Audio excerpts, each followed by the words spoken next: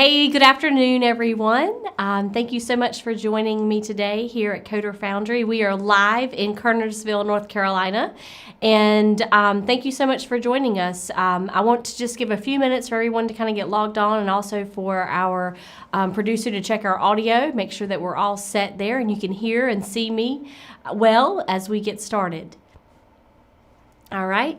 Looks like we were all ready. So again, thank you for joining us. If you are looking for Bobby Davis and you're more familiar with our content that Bobby brings to you each week, Bobby will be back. Today's purpose and our live stream is really for those interested in possibly joining Coder Foundry as a student. I'm going to be going over a lot of details about our curriculum, about the job placement services that we offer, and just about why we exist and kind of how we came to be. So if you're looking for Bobby, I promise you he will be back. I've just kind of taken over the set for today for just a little bit. So again, thank you for joining us, the Coder Foundry.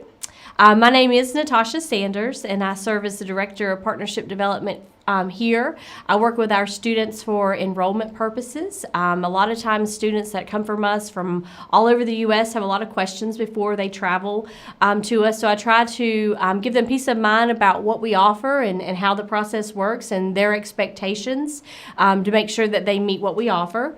And then I also work with students on the job placement side of the house and making sure that they're ready to be introduced to potential employers, advising them on what the employer may be looking for, some things that they might be able to do to better secure them the opportunity to have that job. So that's who I am and what I do here. A couple things I just want to point out today. I want to talk about .NET as a whole and just facts that the market provides to us as consumers. So this stat is from the Bureau of Labor Statistics, and a couple things on this particular fact sheet I want to just point out. Number one being the median salary of $69,000 for software developers. Also, I want to point out how much faster the growth projections are for software developers as a whole in the U.S. economy. So it's important to know whenever you're thinking of doing a career change or you're thinking of pursuing a particular career, you need to know what your job expectations and forecast are going to be. And so I want to just kind of make a highlight to that. And then also the level of education that individuals have that go into software development. We as a school see all walks of life that come to Coder Foundry, everything from your high school graduates to your doctorate level degree candidates. So on this particular fact check, it does show the associate's degree. We do see a lot of CS associate degree level candidates come through, but don't be discouraged if you don't have that, or you're right out of high school, or you're working on your associate's degree, or even your undergraduate degree. We can put that on your resume as in pursuit. And if you don't have it, that's okay, as long as you are willing to kind of buckle down and stay with us for the 12 weeks to learn how to code. So this is kind of a cool fact check that I wanted to share, and I liked for everyone to see. Indeed is a really great website where a lot of consumers will go to find jobs.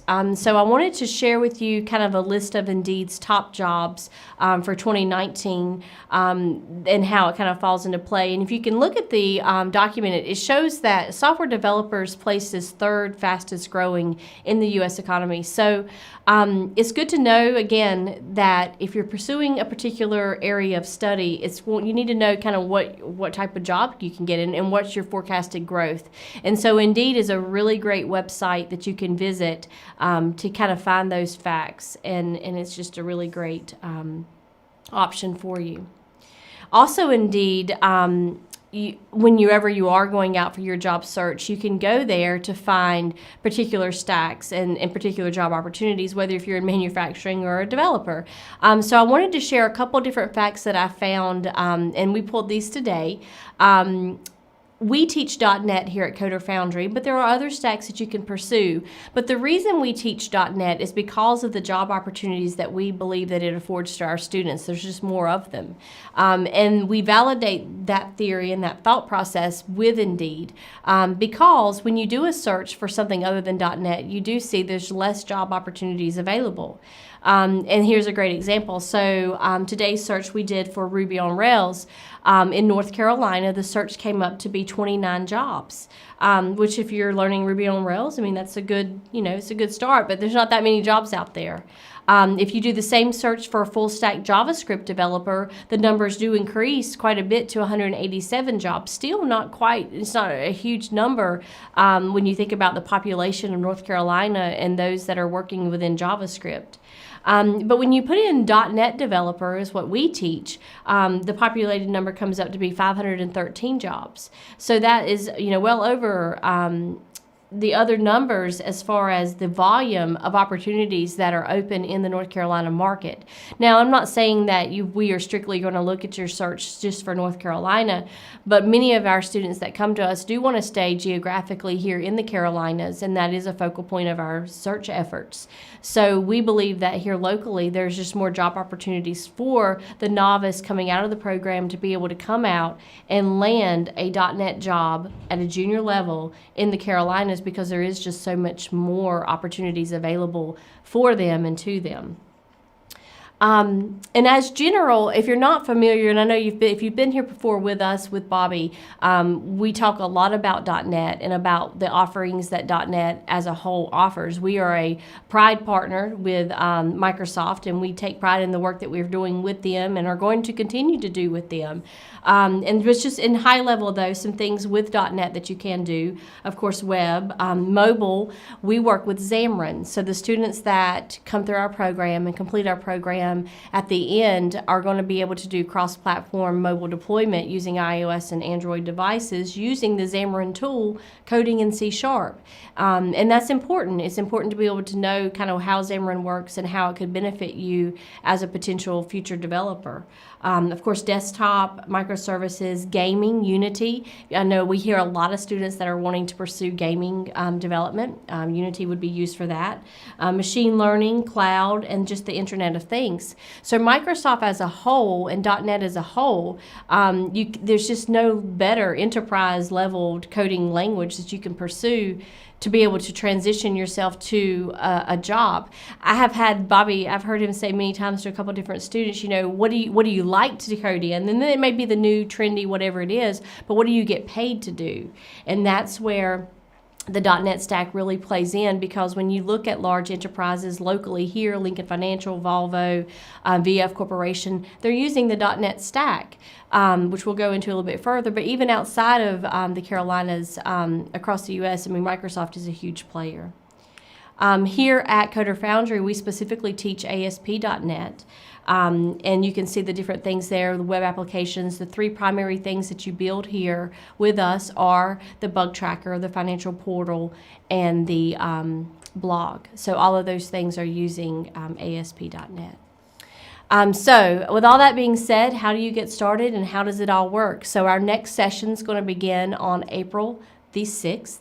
That is here in Kernersville. We are currently accepting applications for that particular class. We'll have around 200 or so applicants that come in for our session.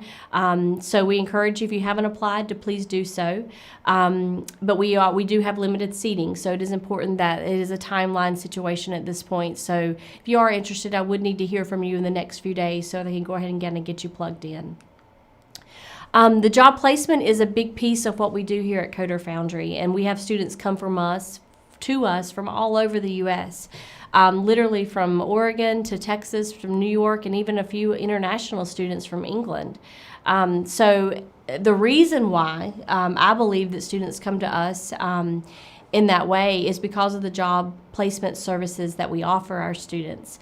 We handhold every student at the completion of the program until they land a .NET junior development job. Whether it be a week, 3 weeks, 6 months, we're going to be with you till you land your dev job. And there are things that we'll have to talk about through that process. If you're getting a no, why are you getting a no? Is it the technical interviews you're not getting through, or is it the assessments you're not passing? Is it just truly the technical interview as a whole, where you're just not doing well in the presentation of the skills that you've learned and how you present those skills? We want to be there with you and help you overcome those no's, because if you have a list of jobs, you have 30 jobs on that list, and you have one yes. That's all we need that one yes. So things that we do to help students overcome those no's is very intimate here, and we take a very personal approach to the job search. And the three primary things that I always talk to our students about are location, functionality, and salary. The more open you are to the location of your first job, the faster you're going to land. It's just inevitably going to happen that way. If I have 20 jobs on the board and you're only open to a small geographic area of Greensboro or, Atlanta, your job search may be a little bit more prolonged because you're not open to more of a geographic area. So I do encourage you, if you're thinking of coming to Coder Foundry, to kind of open your mind to possibly a reload. The more opportunities you open yourself to, the faster the job placement will occur for you. And then functionality, of course, we teach .NET, so we're teaching you full stack, and that's typically the jobs that we work with and the employers that we work with. They're looking for that well-rounded full stack developer. But if you have an emphasis on front-end development and that seems to be more of your sweet spot, it's good for us to know that. But that, just in general, we teach more and we focus more on the full stack development roles. And then compensation. I like to be very real about that. Depending on the geographic location of your job search, the compensation may vary a little bit. Here in the Carolinas, you can look at salary starting anywhere from $40,000 to $65,000 in that first junior dev role. But if you're in Seattle or if you're in California or New York, that number is a lot different, and that's a conversation that we have with each individual student and where they come from and where they're going back to, and also what types of things they've done prior to Coder Foundry. So if they've worked as a business analyst for 20 years at a firm, obviously their salary may look a little bit different than a high school graduate coming right into the program out of high school. So again, it's a very personalized approach. I have a team that works with me, and we meet individually with each student. And we talk about those things. We talk about what your expectations are. What realistically can you accept? If you tell me I can accept $60,000 and then I bring in an offer for $50,000, of course you're not going to accept that. So we just want to make sure that we're all on the same page about what expectations you have and how we're going to move forward. And throughout this entire live cast, if you have any questions that maybe that I'm not answering or you want to know a little bit more about, please feel free to, we have a chat line available here as we're live. Put those questions in chat. At the end of this session, I'm going to go through any questions that you might have. So please feel free to do that. We welcome you to do that and want you to do that. Some of the companies that some of our graduates have landed, that number and names, they grow daily, which is exciting. I've been with Coder Foundry for 4 years, and I've seen quite a few cool names on the list. Some of the ones that are more recognizable to a general population would be, of course, Bank of America, Chase, Microsoft, Discover Card. So we've had some really large enterprises pick up our alumni. So I always like to make mention of those names. And also, you can always go to LinkedIn and plug in Coder Foundry at the top in the search bar, and you can look under the people, and you can see all of our, or many of our alumni and where they've landed. But those are just some of the larger names that I wanted to mention in today's cast. As of June last year, we were fortunate to be able to launch a program called the Launchpad. The Launchpad program is unique in that it is an income share agreement for students that do not want to go the traditional route of paying out of pocket, or if they don't want to go the traditional route of paying with a loan. So the Launchpad program is for those that just want to have a little bit more non-conventional way of going about their payment. So one of the first questions I'm always asked is there an upfront cost? And the answer is no. There's no upfront cost with the Launchpad program. Once you are accepted into Coder Foundry, you would be eligible to apply to the Launchpad program. The payment will begin when you land a position over $40,000 per year. At that point, your payments will kick in, and you will then be officially on the repayment plan of the 36 payments. The payment is capped at $25,000 per year, or in total. So you'll either pay 36 payments or you'll pay $25,000, whichever comes first. If your earnings are around $40,000 and they stay consistently at $40K for those 36 payments, you won't end up paying back the full $25,000. But if you're earning $60,000 per year, you will pay the $25,000, but you won't pay the full 36 payments. You'll pay it off much quicker because your salary is much higher and the income share breakout would be done in a quicker fashion. And I always am asked, well, is it a loan? Like, how does it work exactly? Is it kind of like a loan? And so I always like to use the example of, think about a loan. Okay, so with a loan, you take out a loan, and on, the 30th of every month, that loan is due. No matter if you're working, not working, you're traveling, whatever it is, that 30th comes, your loan payment is due.